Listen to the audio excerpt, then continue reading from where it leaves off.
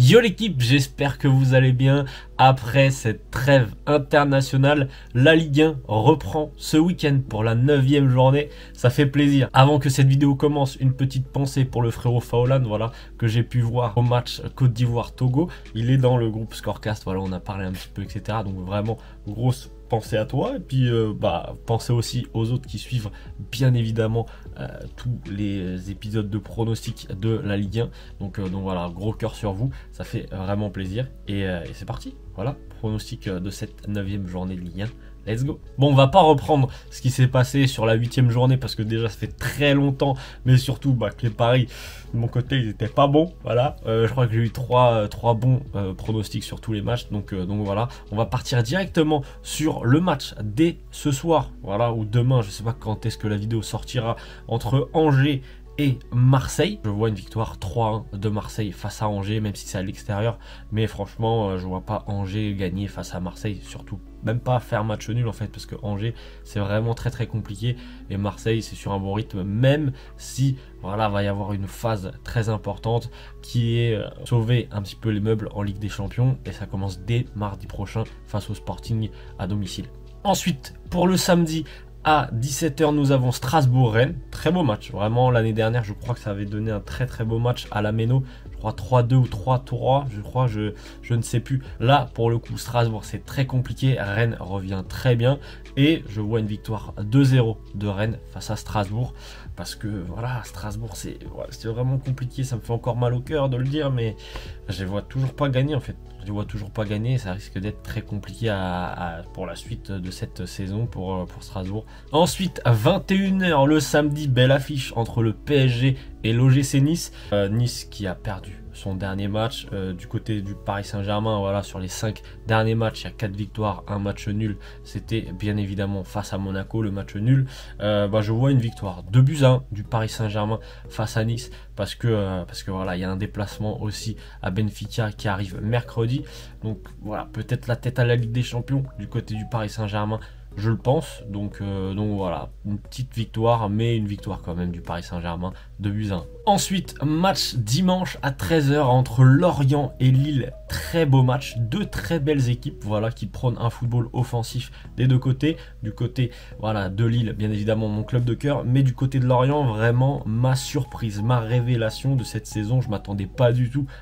Qui s'attendait à voir Lorient à ce niveau-là? Vraiment, sur les 5 derniers matchs, c'est 4 victoires, une défaite. Voilà, et notamment il y a une victoire face à Lyon à domicile, 3-1, ce qui n'est pas rien. Je vois un partout entre les deux équipes parce que ça risque d'être très très dur, et il y a peut-être déjà une idée, une pensée du côté des joueurs du LOSC au derby.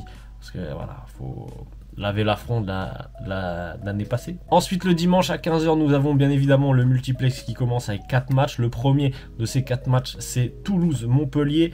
Et voilà, ça va être très très difficile parce que ce sont deux équipes qui sont plutôt en méforme, même si Montpellier revient bien un petit peu. Sur ces 5 derniers matchs, c'est 3 victoires, voilà, 2 défaites. Du côté de Toulouse, c'est une seule victoire sur leurs 5 derniers matchs avec 4 défaites, ce qui est effrayant. Et je vois en vrai, j'aurais plus tendance à dire match nul, mais comme c'est un mini derby, c'est vraiment voilà, la rencontre entre guillemets la plus proche pour les deux équipes, entre Toulouse et Montpellier. Je vois une victoire de Toulouse, peut-être, voilà, 2-1. Voilà. Après, j'aime pas utiliser ce mot derby parce que c'est pas vraiment un derby, mais entre guillemets, en termes de distance entre les deux clubs, c'est la plus courte pour Toulouse, la plus courte pour Montpellier, et donc voilà, ça peut installer peut-être une rivalité, mais voilà, un petit derby d'Occitanie. Peut-être c'est ça. En vrai, ça se trouve, c'est un derby. Voilà, dites-le moi dans les commentaires, mais voilà. Vrai derby maintenant à 15h pour le coup entre Troyes et Reims, derby de la Champagne, bien évidemment. Je vois une victoire de Troyes, une courte victoire 1-0 face à Reims. En fait, c'est compliqué parce que les deux équipes prônent vraiment un beau football. Troyes, ça joue très très bien. C'est 3 victoires sur les 5 derniers matchs. Du côté de Reims, c'est qu'une seule victoire sur les 5 derniers matchs. Mais du côté de Troyes, ça gagne souvent les derbies. Ça n'a pas souvent perdu les derbies. Enfin, du moins l'année dernière, ça n'a pas perdu le derby à domicile. Ça l'a même gagné sur un but de Ripard à la 89e minute, je crois, si je ne dis pas de bêtises. Et je vois un peu un même scénario. Voilà, une victoire 1-0 de Troyes face à Reims.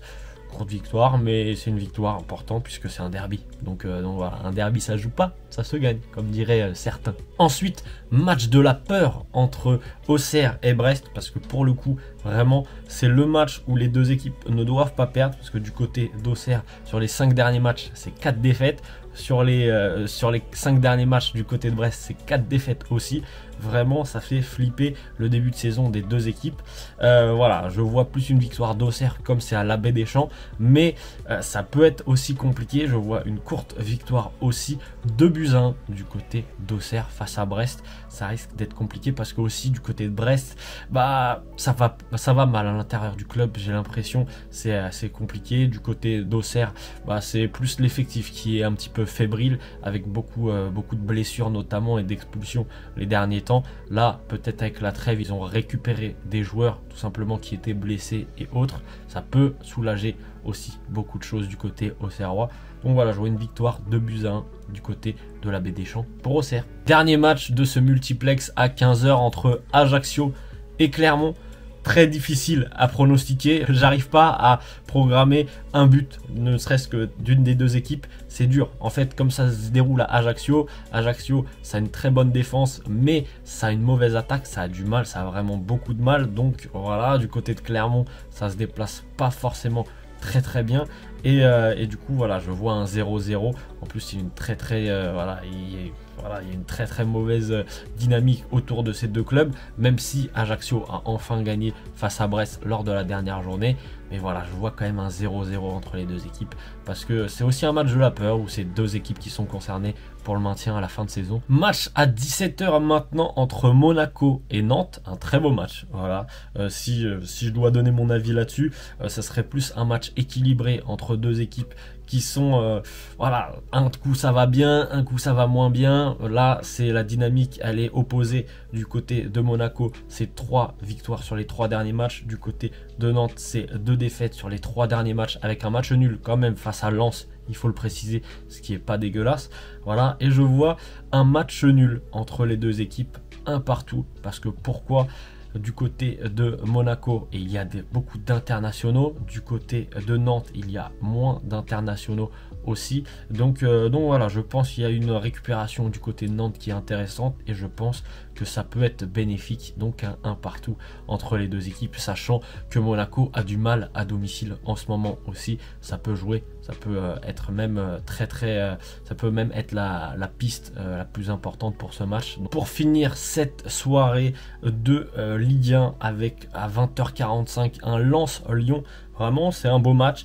Du côté de Lens, bien évidemment, ça fonctionne très bien. On avait dit juste avant le match nul face à Nantes la dernière journée. Du côté de Lyon, ça avait perdu à domicile face au PSG, seulement 1-0. Franchement, le match n'était pas forcément nul du côté des Lyonnais. Parce que en vrai, on va noter aussi la bonne performance de Thiago Mendes, même s'il est souvent décrié. Là, il avait fait un bon match face à Paris. Ça risque d'être beaucoup plus compliqué, voilà, à Bollaert pour Lyon. Ça se déplace assez mal à l'extérieur et c'est pour ça que je vois une victoire 2-1 de Lens face à Lyon. Et voilà les gars, c'est la fin de ces pronostics de cette 9e journée de Ligue 1. Quel plaisir de retourner, voilà, face à cette caméra pour vous pronostiquer, entre guillemets, pour vous dire mes pronostics de cette journée. J'espère que ça fonctionnera bien de mon côté. En tout cas, je vous fais des bisous. Je vous dis à très vite pour de nouvelles vidéos. La prochaine, ce sera encore, je crois, une vidéo pronostic parce que il n'y aura pas de foot trotter cette semaine. Mais en tout cas, je vous fais des bisous. Je vous dis à très vite pour de nouvelles vidéos. C'était Drops. Ciao l'équipe!